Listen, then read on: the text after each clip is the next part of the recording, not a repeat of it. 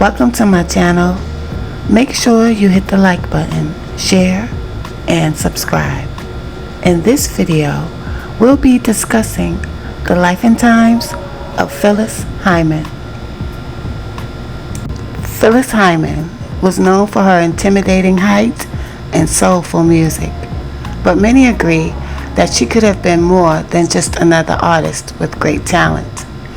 Perhaps she may eventually have, but her story was cut short with her own hands, and her tragic tale still grates against the nerves of those who knew what she could have been if she had lived. Hyman was born in Pittsburgh in 1950. She was the eldest of 7 children, and she grew up in Philadelphia, listening to a wide variety of music, including those made by the likes of James Brown, Nina Simone, and Minnie Riperton. She discovered her love for music as a young chorister and started developing it after winning a scholarship while simultaneously studying to become a legal secretary. Hyman turned professional in 1971, and she performed with different cover bands until she formed her own, which quickly grew popular. By this time, the talented singer had already achieved some measure of fame, but she started to soar after Norman Connors discovered her. Hyman quickly rose through the ranks in the 70s, but the 80s were not so kind to her. She had been signed to Arista under the request of mogul Clive Davis, but conflict with him changed things for her. She felt she intimidated men too much and had a respectable standard one had to beat to catch her attention. He had wanted her to adopt bubblegum pop in lieu of her soulful performances, and she had balked at it. By 1983, the label dropped her, and her career lost its momentum. During the 80s, she tied the knot with her then manager and producer, Larry Alexander. Unfortunately, their union did not last very long. Indeed, it began and ended in the 80s. They had no children to speak of, and it was the only marriage she submitted to before her untimely demise. Hyman had been very passionate about her career, even to the extent of expecting other singers to match or beat her standards. But she also had an obsession with love, a concept that eluded her for most of her life. With her statuesque figure, gorgeous looks, and famous face, Hyman could most likely have had anyone she wanted, but for some reason, true love always seemed just out of reach. When she finally did find someone that she felt could meet her standards, she panicked and ran for the doors. Till her demise, she often talked about a Japanese man she had truly loved with all her being. But, unfortunately, he had felt the same about her, and the thought had scared her so much she started doing all she could do to sabotage the relationship. He traveled to Japan at some point during their engagement to teach kids, and the distance only put her situation in perspective. She was falling in love. She made a mess of things and ended their engagement, but she realized her folly years later. Of course, it was too late, and all she could do was talk about the man that got away. Hyman's lyrics are known for the pain they held. She was a haunted soul who could not seem to make a man stay, and she had to deal with many demons, including weight, loneliness, and bipolar disorder. She turned to drugs and alcohol to cope at some point, and it led to the deadly spiral that claimed her life. She was known among a few as a suicide advocate, but it totally shocked her fans when news of her passing went public. The talented singer overdosed on sleeping pills 6 days before she celebrated her 46th birthday. People close to her knew she believed suicide was a choice, but they never suspected she would go that far, despite how much she complained about her loneliness.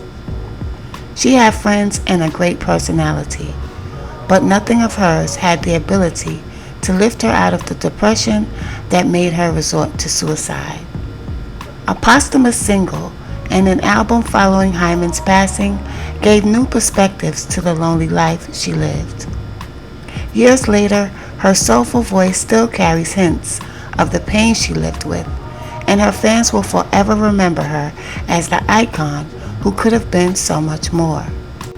One of the most persistent rumors after Phyllis Hyman's suicide in 1995 was that she had been despondent over her love life. That was an easy conclusion for fans to reach, considering the pain-laced lyrics from some of her songs. But as always in life, the real reason the statuesque singer overdosed on sleeping pills at the age of 45 was far more complicated. My theory is that she finally hit the wall that she just didn't feel she could go through, her former manager, Glenda Garcia, said. Phyllis always felt that suicide was an option for her. They talked about it on several occasions. I know it was something on her mind. She had tried it twice before, but did not succeed. She would say life was too much work. I always hoped she could reach a space where she would really truly have the desire to heal herself and manage her illness.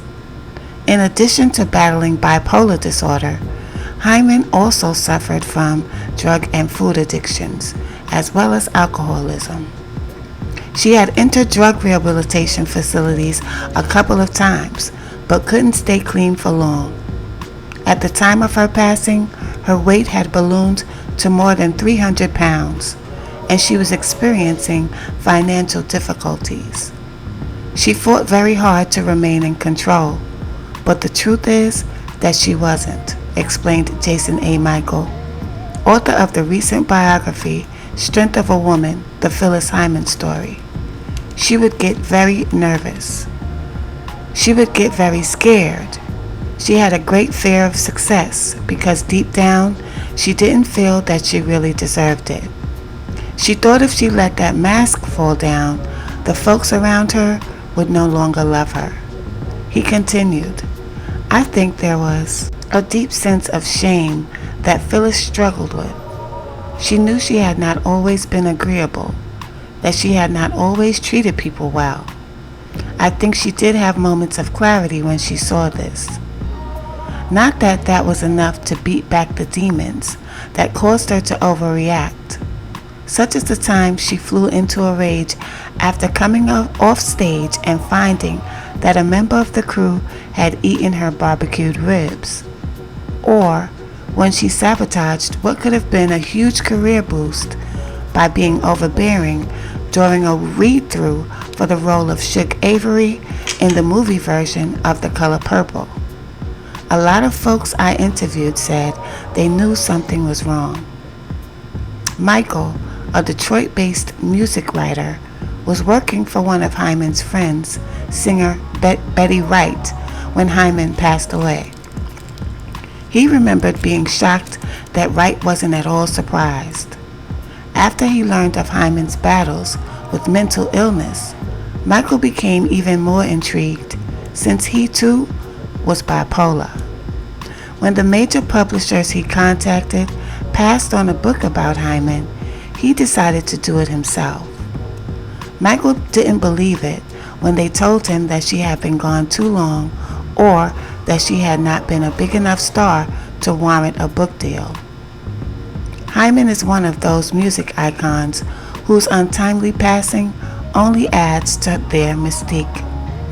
At the time of her passing, her fans were left wondering what drove such a talented and beautiful performer to seclude herself in her apartment hours before she was to perform at the Apollo in what was being billed as a final show, and unalive herself. Even though she had recently ended a 7-year on-again, off-again relationship with a lesbian lover, she was casually seeing a man in Texas. Said Michael, who in addition to talking to both of them, also interviewed Hyman's relatives. If it was lack of love that took Phyllis, It was that she did not love herself. Michael pointed out, it wasn't for lack of a man or lack of love. If anything, it was for lack of self-love. Only Phyllis Hyman could have healed herself.